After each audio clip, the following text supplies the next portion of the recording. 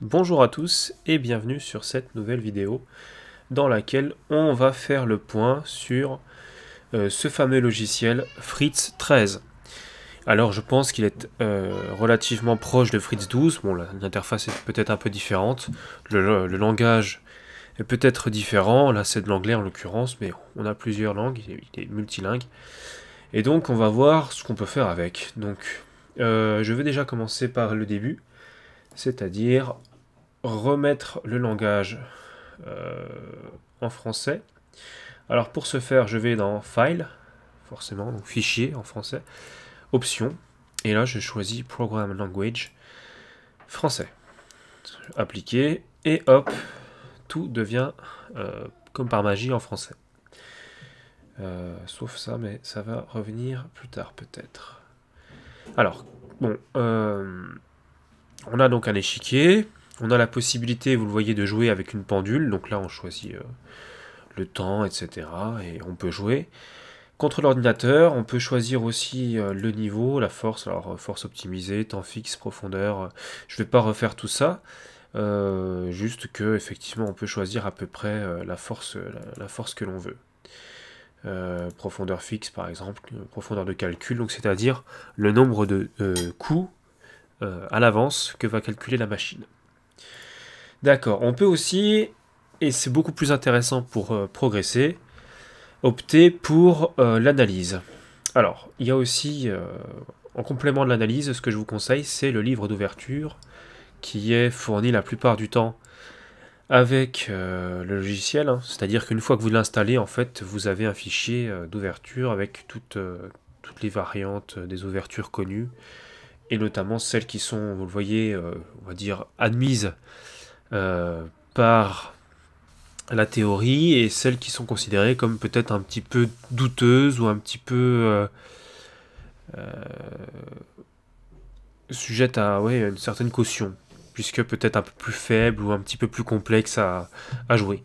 On voit par exemple que les principes théoriques sont respectés, vu que par exemple, premier coup comme B3 ou F4 ou A3 sont des coups quand même curieux, vu que l'objectif de l'ouverture c'est quand même de contrôler le centre. Et donc voilà, ces coups-là sont marqués avec un point d'interrogation, ce qui ne signifie pas non plus que c'est un coup perdant, mais dans le livre d'ouverture, c'est simplement un coup un petit peu marginal, on va dire. Alors, ce qui est intéressant, quand on veut apprendre les ouvertures, avec Fritz 13, c'est justement ce livre mêlé avec l'analyse en continu, et la possibilité d'ajouter des CPU. Là par exemple je peux aller jusqu'à 8 CPU, etc. Et donc ça permet d'avoir une grosse qualité d'analyse, une grosse puissance de calcul, avec un logiciel comme par exemple Stockfish ou d'autres hein, qui sont très puissants, comme Komodo par exemple, qui sont des modules très intéressants qu'on peut apporter dans Fritz 13 ou 12, et qui permettent de voir une profondeur d'analyse dans les variantes et des coups très, très humains finalement, avec pas mal de stratégies, ce qui change des modules comme Fritz au départ, qui est peut-être un petit peu plus fort en finale de tour par exemple, mais c'est vrai que pour tout ce qui est coup vraiment d'attaque très, très agressif, il n'est pas forcément le meilleur de ces logiciels. Alors, bon, bah, on va commencer tout de suite. Alors, je vais vous montrer. Bon, alors là, on va se mettre sur analyser en continu parce que si on est sur pendule de blitz, il va jouer. Donc voilà, on peut par exemple analyser C5, cavalier F3, D6. Alors voilà, déjà on peut voir, et c'est là que mon conseil va être le plus pertinent, que se passerait-il par exemple sur des coups un petit peu en dehors de la théorie, un petit peu marginaux, comme par exemple F5. Eh bien, on peut voir reprend F5 et puis on peut, vous voyez, l'ordinateur donne un avantage.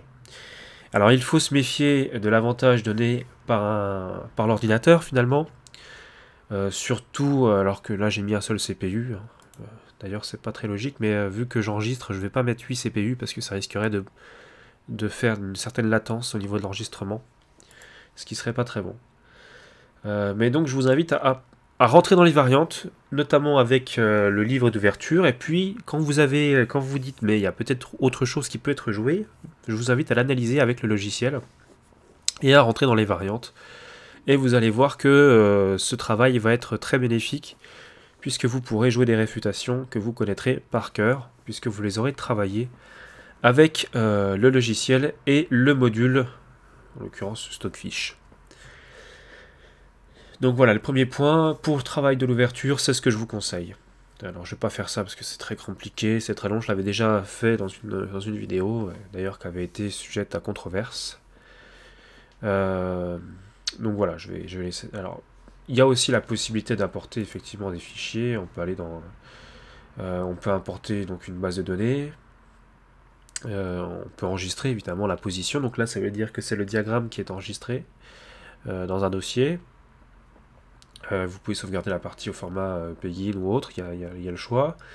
Vous pouvez enregistrer la partie sous, c'est-à-dire choisir le format que vous voulez, etc. et dans quel endroit l'enregistrer.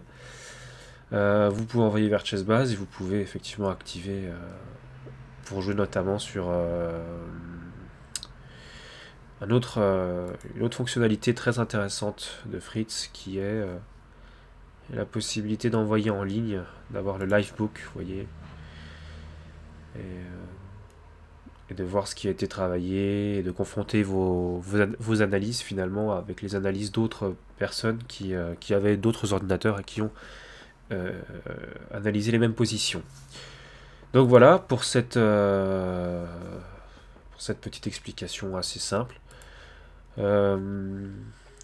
Pour choisir le module, bon bah vous pouvez même arrêter le module. Alors ça peut être intéressant si par exemple votre ordinateur fait un bruit terrible, parce que des fois sur certains ordinateurs le processeur peut être un peu bruyant, et là le processeur est vraiment soumis à des calculs rigoureux, on va dire, et donc il mouline pas mal. Et donc si vous voulez juste regarder la position avec par exemple le livebook sans avoir l'analyse de votre module, vous pouvez arrêter le module et hop, il n'y a plus rien et l'ordinateur ne fait plus de bruit.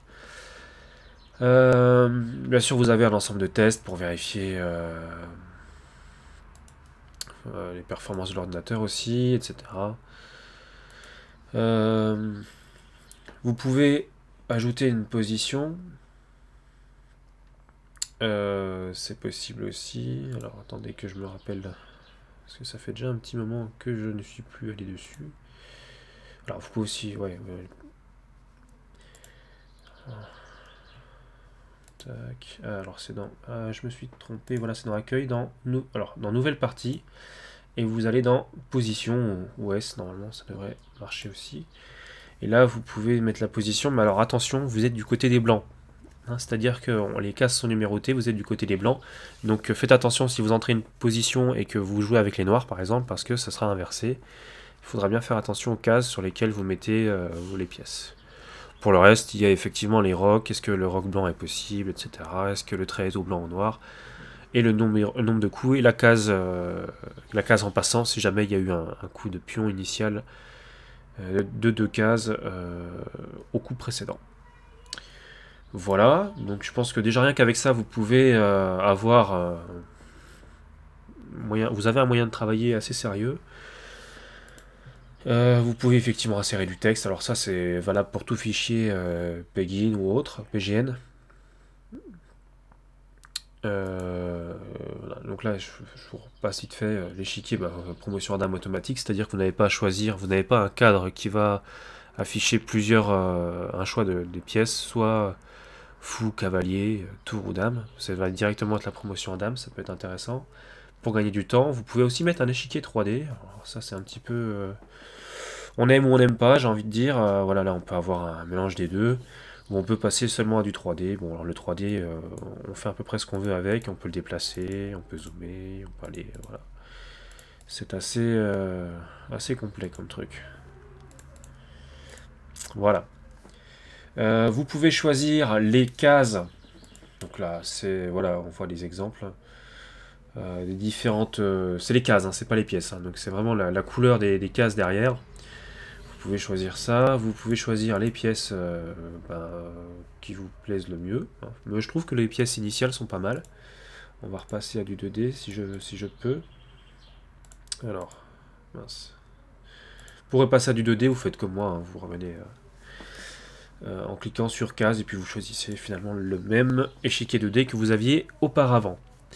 On peut ajouter donc le style de l'échiquier, on peut mettre un arrière-plan qu'on peut choisir, donc là ça va aller dans vos documents, et vous pourrez choisir une image d'arrière-plan qui correspond finalement à vos souhaits.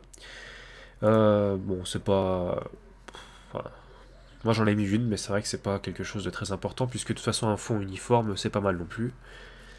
Vous avez le petit bouton pour enregistrer immédiatement la partie courante à la base de données dans laquelle vous travaillez. Alors ça c'est un autre élément. Donc ouvrir une base de données, voilà, j'ai une base de données ici. Tac.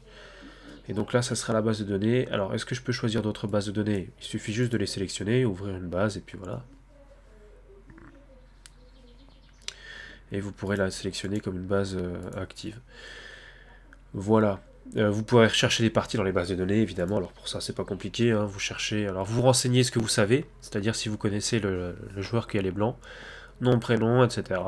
Et vous renseignez toutes les informations que vous connaissez. Pour valider, par exemple, les dates, il faut cliquer là et ensuite cliquer sur l'information qui est située à côté. Idem pour si vous avez le numéro de l'ouverture, le numéro écho, ou le nombre de coups, etc. Ou même si vous n'avez pas le nombre de coups exact, vous pouvez avoir un nombre de coups apparemment approximatif. Le résultat, effectivement, etc. Les élos, voilà. Donc, c'est tout pour ce logiciel. Je pense qu'on a fait le tour. Bon, pour le reste, je vous invite quand même à consulter la documentation en ligne que vous trouverez facilement via Google. Vous recherchez documentation en ligne de Fritz 13, vous devriez la trouver assez facilement. Normalement, c'est du PDF. Donc ça s'ouvre avec tous les navigateurs récents en tout cas. En tout cas sous Chrome ça s'ouvre sans aucun problème. Voilà, c'est la fin de cette vidéo, j'espère qu'elle vous a plu. Et quant à moi je vous dis à très bientôt pour de nouvelles vidéos sur le jeu d'échecs.